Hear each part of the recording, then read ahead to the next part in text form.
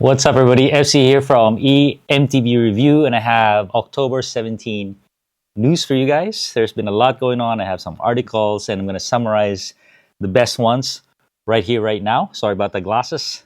I have a little eye infection. Just came back from Tahoe, where it rained and it snowed, and the riding is wonderful. It rained here in the Bay Area too. So fall season is the best riding season. Please let me know in the comments where you're at and how the riding is going right now.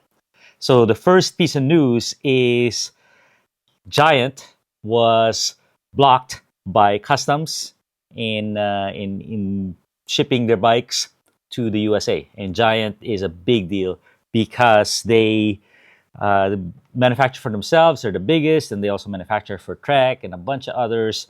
And I have a whole article on this issue right here. So I just wanted to update you on what's going on. Why they're being blocked is there was a European journalist, Swedish I think, and he put to light the injustices that are happening in the migrant worker situation in Taiwan. So Giant is not the only guilty party. The whole Taiwan is guilty.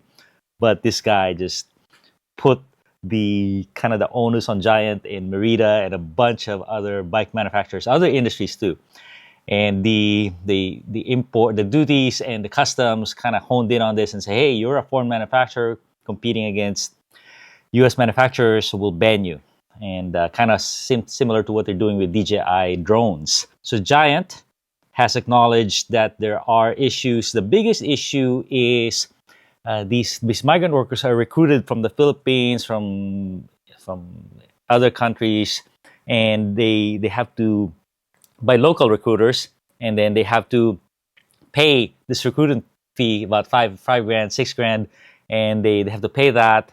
They withhold their earnings from Giant, direct deposit from the Giant paycheck, and then they're put in these dormitories. The dormitories range from decent to just squalor. They've expanded their zero-free recruitment policy, so whatever recruitment fee is kind of burdened on their worker, they pay for that. And what they've done too is I think they will reimburse. You know, if you've had to pay this fee for the last few years, Giant's going to reimburse you. So pretty cool. They also expanded their dorms. They kind of have new dorms now. They have improved food, improved bathrooms, but you can kind of see how bad the conditions were. So they're proud. Oh, 8 to a room, not 16 to a room, and they now have private bathrooms. And we're all like, what was it before? Non-private bathrooms. Unfortunately, Giant is caught up in this, and they're trying to get a meeting. They've hired a U.S. attorney trying to get a meeting with the customs department and trying to get out of this. Taiwan too, or the bike industry is making changes. They formed a coalition to fix this issue. So it's been going on for 20 years, but now things have come to a head. People are looking at people like myself and you guys are now aware of what's happening in Taiwan. Tough situation for Giant. Domestic e-bike assembler, electric bike company files for Chapter 7 bankruptcy, and also U.S. carbon rim manufacturer CSS is closing. Okay, so the first is EBC. Looks like they have $10 million in debt and they only have like a million. So bankrupt. Chapter 7 liquidation. And I looked into this company. You go, how could you be bankrupt when the commuter market is commuter e-bike market is thriving and you have a electric bike company? So what they do is they assemble custom e-bikes, paint, put a basket, and sell them. But man, they are not competitive. They are not well run. There's nothing in stock. They don't make anything in the USA, even though they make it appear like they make something in the USA. They just put it together, and the delays are atrocious. And I saw an ex-employee, put to light some of the issues and says, "Man, there's 3 guys here, and trying to assemble hundreds of bikes with no inventory, and the phone is constantly ringing with us upset customers, and we can't tell them anything." So bad situation. Next one is CSS Composites. carbon rim manufacturer in the USA, the future of US manufacturing, has called it quits. So this is a problem because they make carbon rims for a bunch of companies. Revel Bikes, one of them. There's a whole list here, and now those guys are AWOL. Some other companies like Industry 9 is trying to back up Revel, so they have some service and support warranty for the rims, but big problem. Forge+Bond is one of the house brands of CSS Composites, so that's gone for sure. All right.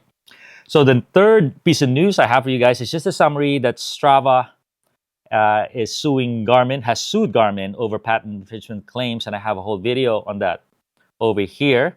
And this is the dumbest lawsuit in history because Strava is suing Garmin, where half their data comes from Garmin, especially from biking, maybe more than half. I think they've gotten cocky because a lot of their data now for running is coming from the iPhone. So they said, "Screw you, Garmin." But you're biting the hand that feeds you. Why are you doing this? It turns out they're kind of jockeying for position because Garmin is shutting down their APIs. They told users that, hey, it's our data. Once you upload, it's our data. And Garmin said, hey, if you got the data from us, you better have credit us for the data and also show our logo when you're showing our data.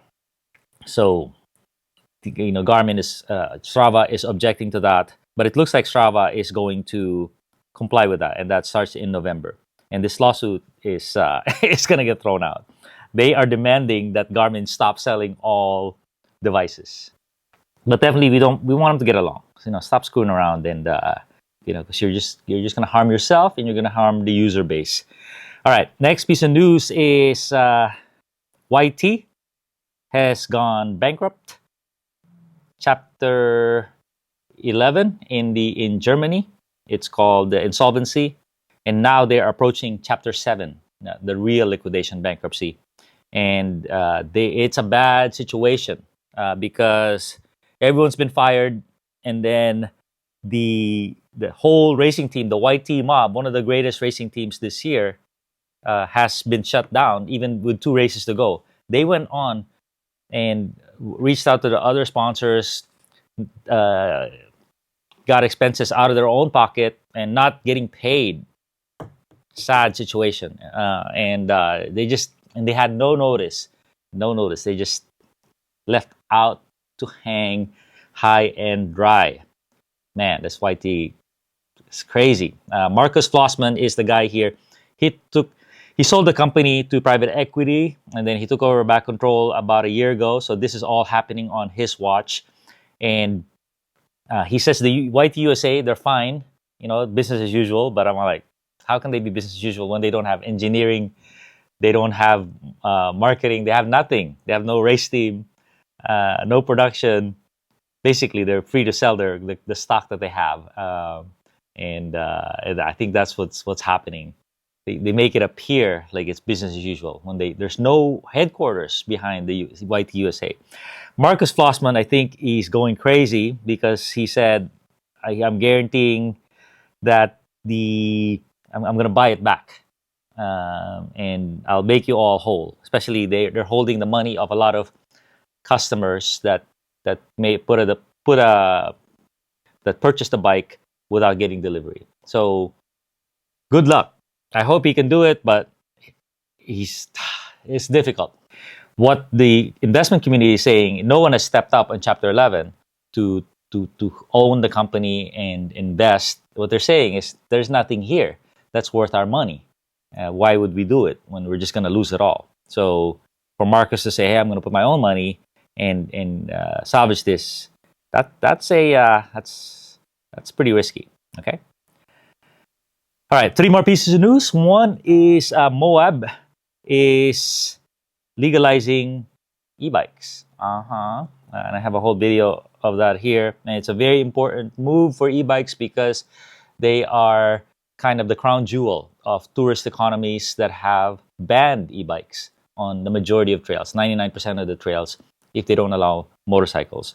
They If no motors or cars, then no e-bikes. Uh-huh.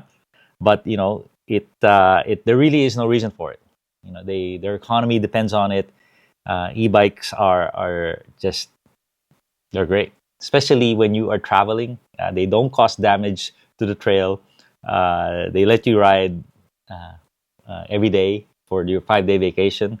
For my case, twice a day, and it's perfect for it. But now they've tackled it.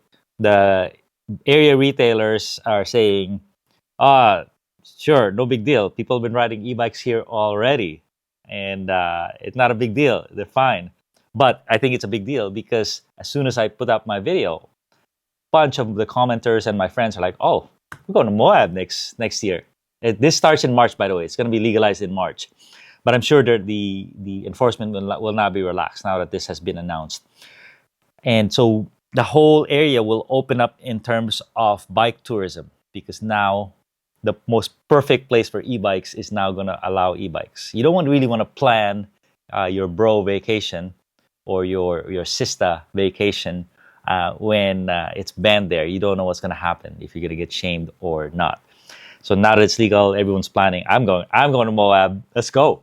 We should have an e-bike gathering in Moab next year, right? The only thing missing is the whole enchilada. The whole enchilada trail is from 10,000 feet to like, I don't know, 5,000 feet. The base of Moab. They don't allow it yet because there's many segments that comprise of the whole enchilada. You maybe get a half enchilada, the bottom part. The upper part. So the BLM is all into it to e-bikes now. The U.S. Forest Service is not quite into it, but that should happen. It's happening in some pockets of the United States, and all these guys, lawmakers, they just follow each other. No one wants to stick their neck out and lose their job. You're not getting paid enough, so follow each other and let others do the studies and the progress reports, experience reports, and then you follow because the public wants it, especially vacation destinations. Nothing better than a vacation where you can use e-bikes. I just came from Lake Tahoe. We're climbing to 8,000 feet every day. Let me tell you, as a lowlander, sea level guy, that's tough. And you want a big bike that protects you, long travel bike. And we were able to ride big rides every day, twice a day. Even on our trip down, on our drive down, we said, "Oh, let's break it up. Let's do these trails in Nevada City." And imagine during your 4 hour, 5 hour drive, you're able to ride for 3 hours. 5,000 feet of descending and climbing. So good. Anyway, all right. So wrapping up, Claudia Wasko is leaving Bosch. And just wanted to do a quick note on this. Claudia Wasko was the spearheading the U.S. effort on Bosch e-bike efforts. So she's ridden with us. I've hung out with her in Sedona. Great person and really a proponent of the e-bike launch during its most difficult time. So hats off to you, Claudia, for doing the great work. She's a triathlete. She's a super person, and I don't know where she's going next. She says she's not retiring. She'll just do what she wants now. Have fun and not have the pressure, the tremendous pressure of e-bikes. A story I heard is that, she had this vision of e-bikes. They're using a wiper car. Bosch is an automotive company. They had a car wiper motor that was so powerful. He goes, let's put that in a bicycle motor and get this going. So it takes someone with vision and execution to get this thing off the ground, and she is instrumental to that. So thank you, Claudia. And then the last thing, I think, piece of news that I have is that e-bike is now a $2 billion market in the USA. I believe the bike market is about 6 billion, 7 billion, and now e-bike is 2 billion. A lot of it's commuter, but mountain bike is certainly growing. But that shows you, where is this going? Is it going to surpass the regular biking in revenue? And the answer is yes, no doubt. And we're going to go way past 6 billion, 7 billion. We'll go like 50 billion, just like what's happening in Europe. Because electric biking, electric mountain biking, it's part of this bigger scheme, which is personal mobility, moving people from point A to point B. It's not only recreation, but it's a car replacement, and that's a whole. It's a much bigger game. But we're all gonna use the same motors, the same bicycles, the same technology. So you're part of it. The world is already way ahead of us. They love it, and now the U.S. is adopting this kind of mindset. Safety is a major concern for the roads because of these rogue bikes. Your kids on the street, 10 years old, they're riding a 40-mile-an-hour e-moto. So those will get sorted. Those need to be regulated for sure. But it's a good day to be riding bikes, to be riding e-bikes. Please share with me in the comments how long you've been riding and how it's been. And we'll have links in the description if any products are relevant. But that's how we support this channel, E-MTB Review. Thanks a ton.